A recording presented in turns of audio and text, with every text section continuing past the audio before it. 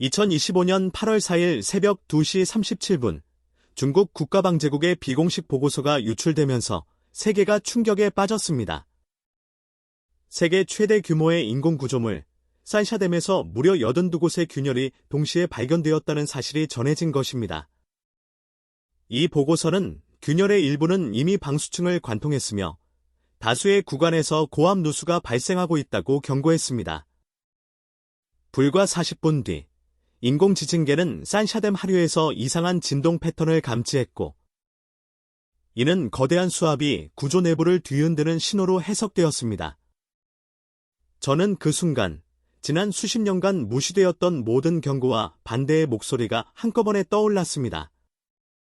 과거 황완리, 이웨이, 허우세위와 같은 전문가들이 이때문 거대한 재앙의 시한폭탄이라고 외쳤지만 그들의 목소리는 정치적 이유로 묻혔습니다.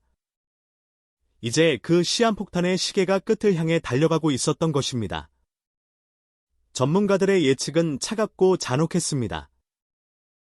산샤댐의 총 저수량은 약 393억 m, 무게로 환산하면 400억 톤에 달하는 물이 상류에서 인류 문명을 향해 쏟아질 수 있다는 것입니다. 단순히 한 지역의 홍수가 아니라 장강 중하류 1800km 구간 전체를 내륙바다로 만드는 규모입니다. 베이징, 우한, 난징, 상하이까지도 간접 피해권에 들어갑니다. 보고서에 따르면 댐이 완전히 붕괴될 경우 중국 국토의 80% 이상이 침수될 가능성이 있으며 이 경우 사망 실종자가 수천만 명에 이를 수 있다고 합니다. 저는 이 숫자를 보고 숨이 멎는 듯한 공포를 느꼈습니다.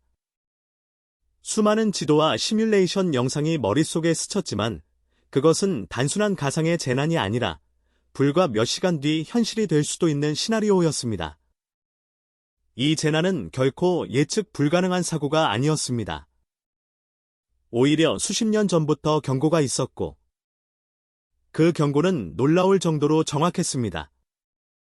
황완리 교수는 장강 상류의 하상구조, 퇴적물 문제, 토지 손실, 경제적 비효율성을 들어 산샤댐 건설을 결사적으로 반대했습니다.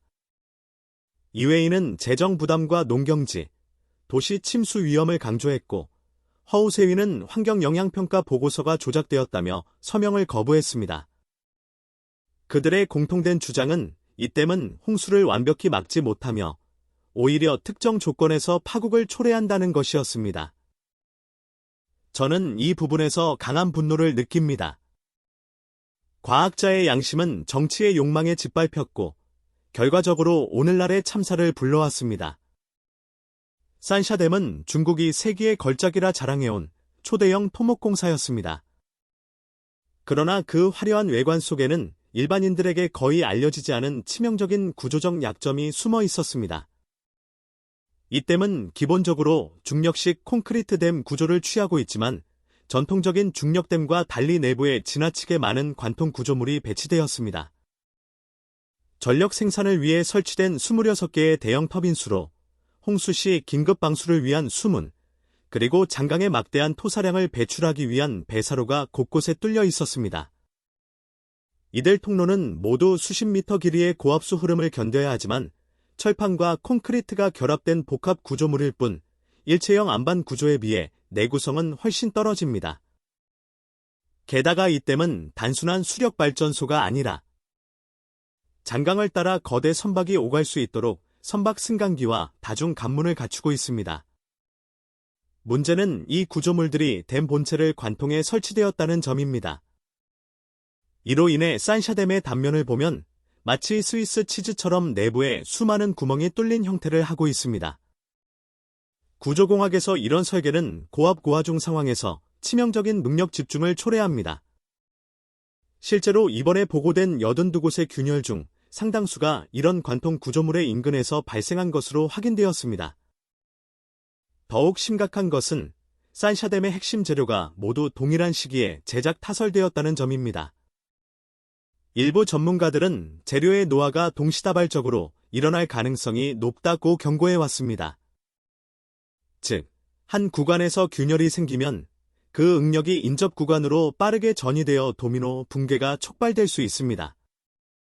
20년이 넘는 세월 동안 지속적인 수압, 퇴적물 마찰, 미세 진동이 누적되었고 올해는 특히 장강 상류의 기록적인 폭우가 이어져 댐 내부 압력이 사상 최고치에 도달했습니다. 저는 이 구조적 문제를 보며 강하게 느낍니다. 산샤댐은 기술의 승리가 아니라 정치적 과시욕과 단기적 경제 이익을 위해 무리하게 설계된 거대한 취약점이었습니다. 안전개수와 유지보수 계획보다 세계 최대라는 타이틀이 우선이었고 그 결과 지금 우리는 인류 역사에서 가장 위험한 인공 구조물 중 하나를 목격하게 된 것입니다. 만약 균열 확산이 통제되지 않고 특정 구간에서 구조적 파단이 발생한다면 그 순간부터는 인간이 개입할 수 있는 시간이 거의 남지 않습니다. 시뮬레이션에 따르면 초기 붕괴가 시작되면 불과 30분 안에 댐 중앙부 또는 측면부에서 대규모 절단 현상이 일어날 수 있습니다.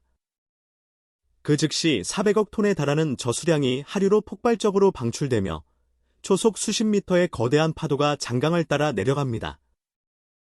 첫 번째로 직격을 받는 지역은 불과 40km 하류에 위치한 이창시입니다. 인구 약 50만 명이 거주하는 이 도시는 단 25에서 30분 만에 수심 20m 이상의 물에 잠기게 됩니다.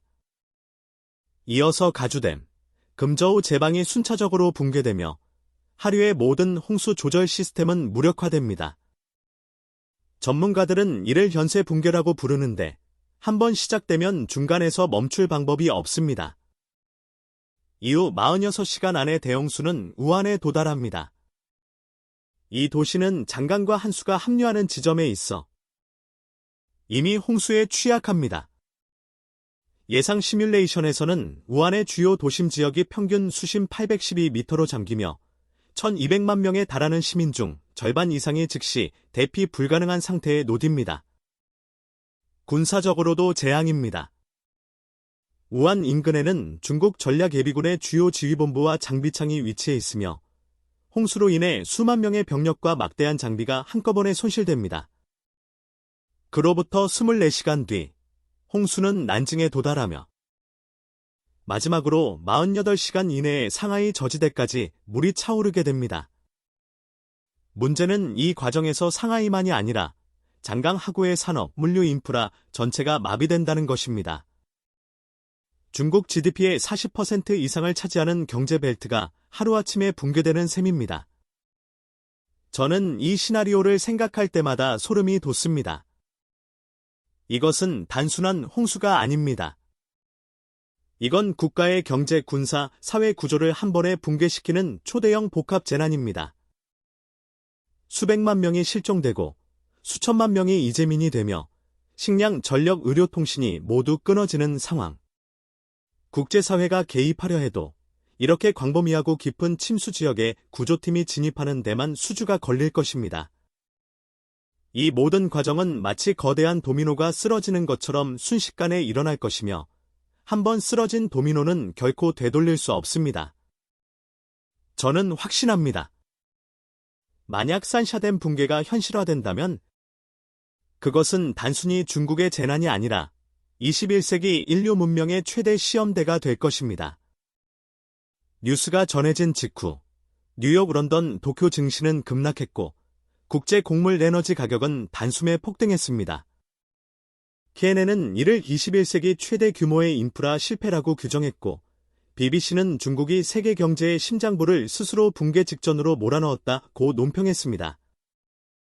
유엔은 레벨 5 초대형 재난 경보를 발령했고 50여 개국이 긴급 인도주의 지원을 약속했지만 광범위한 침수로 인해 접근 자체가 불가능하다는 보고가 이어졌습니다. 저는 여기서 깨닫습니다. 현대 문명은 서로 긴밀히 연결되어 있어 한 지역의 실패가 순식간에 전 세계적 위기로 확산될 수 있다는 사실을 말입니다. 이 모든 사태를 보며 저는 다시 한번 느낍니다. 자연은 결코 인간의 계산에 순응하지 않습니다. 산샤댐은 중국의 기술력과 권위주의 체제가 만든 인류의 도전이었지만 결과적으로 자연 앞에서 무릎 꿇게 될지도 모릅니다. 수십 년간 홍수를 막겠다는 구호는 수억 명의 안심을 샀지만 그 안심은 모래 위에 쌓은 성과 같았습니다. 이제 이 사건은 중국만의 비극이 아니라 인류 전체가 기술과 자연의 관계를 재정립해야 하는 계기가 될 것입니다. 2025년 8월 4일, 우리는 역사의 한 페이지가 실시간으로 쓰이는 순간을 목격하고 있습니다. 산샤댐의 82곡 균열은 단순한 구조물 손상이 아니라 인간이 만든 문명의 균열입니다. 이 재난이 최악의 결말을 맞을지 아니면 기적적으로 수습될지는 아직 알 수 없습니다. 그러나 분명한 것은 경고는 이미 시작되었고 그 다음 페이지가 어떤 모습일지는 우리가 지금 어떤 선택을 하느냐에 달려있다는 점입니다. 여러분, 끝까지 시청해주셔서 감사합니다. 다음 영상에서 또 뵙겠습니다.